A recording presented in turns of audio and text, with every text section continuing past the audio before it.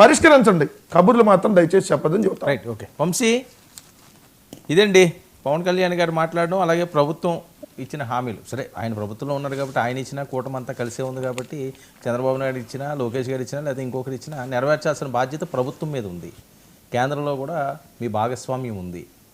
ఎందుకు కొన్ని అంశాలని క్లియర్ చేయలేకపోతున్నాడు? ఏ అంశాలు సార్ అవి? ఇప్పుడు పవన్ కళ్యాణ్ గారు ఇచ్చిన హామీ మత్స్యకారులది, ఇప్పుడు వెంకటరెడ్డి చెప్పిన అంశాలా? నేను చెప్పిన అంశాలు కాదులేండి, అక్కడ మత్స్యకారులు నిలదీస్తున్నటువంటి అంశాలు. మత్స్యకారుల అంశాలు డెఫినెట్లీ 100 రోజుల్లో మేము ఆ సమస్యలు పరిష్కరిస్తామని పవన్ కళ్యాణ్ గారు అన్నారు. మత్స్యకారులు నమ్మారు. మధ్యలో వెంకటరెడ్డో జగన్మోహన్ రెడ్డో నమ్మకపోతే మాకు వచ్చిన నష్టమేమి లేదు. అక్కడ మత్స్యకారులు నమ్మారు, 100 రోజుల్లో పరిష్కరిస్తారని అన్నారు కాబట్టి ఆ 100 రోజులు వెయిట్ చేస్తారు. ఓకే, ఆ 100 రోజుల్లో ఆ సమస్య పరిష్కారం అవుతుంది. ఇదే వెంకటరెడ్డి మరి ఇదే డిబేట్లో అప్పుడు ఏం మాట్లాడతాడో కూడా చూద్దాం. సో పవన్ కళ్యాణ్ గారు ఒకవేళ నేను కనుక అది చేయలేకపోతే రాజకీయాల నుంచి తప్పుకుంటానన్న మాట కూడా అన్నారు. ఏది కొడాలి నాని అన్నాడు చూసారు, అప్పుడు చంద్రబాబు నాయుడు గారు కనుక గెలిస్తే నేను ఆయన బూట్లు పాలిష్ చేస్తా బతుకుతాను అని. వద్దురా బాబు, అసలు నువ్వు ఆయన దగ్గర కూడా రావద్దని మేము అనుకున్నాం. ఆయన గెలిచారు, మరి బూట్లు పాలిష్ చేయడానికి అయితే రాలేదు, కానీ బ్యాండేజ్ ఓడేసుకుని తిరుగుతున్నాడు. అవన్నీ అనవసరం, అట్లాంటి మాటలు కాదు. ఏదైతే 100 రోజుల్లో పరిష్కరిస్తామని చెప్పారో మత్స్యకారుల సమస్యలు, దానికి అనుగుణంగా ఆయన ప్రణాళిక ప్రారంభించారు. 100 లోపే కంప్లీట్ చేస్తారు డెఫినెట్లుగా. ఇందాక ఈయన అంటా ఉన్నారు పవన్ కళ్యాణ్ గారి మాటలు కూడా నమ్మేవాళ్ళు ఉన్నారా అని.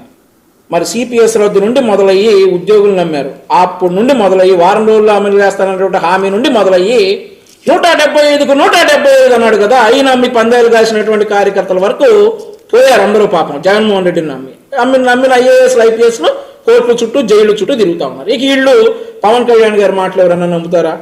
ఇక అంటారు చంద్రబాబు నాయుడు గారిని, పవన్ కళ్యాణ్ గారిని, లోకేష్ గారిని ఇట్లాంటి విమర్శిస్తూ ఉంటారనమాట. మేము పడాలి, తప్పదు. 100 రోజుల్లో పవన్ కళ్యాణ్ గారు ఆ సమస్యలు పరిష్కరిస్తారన్నారు. 100 రోజుల తర్వాత మళ్ళీ వచ్చి మాట్లాడుకుందాం. ఓకే, అదొక్కటే కాదు కదా, నేను చాలా పాయింట్ రైట్ చేశాను సార్, మీరు అవి కూడా సమాధానం చెప్పాలి కదా.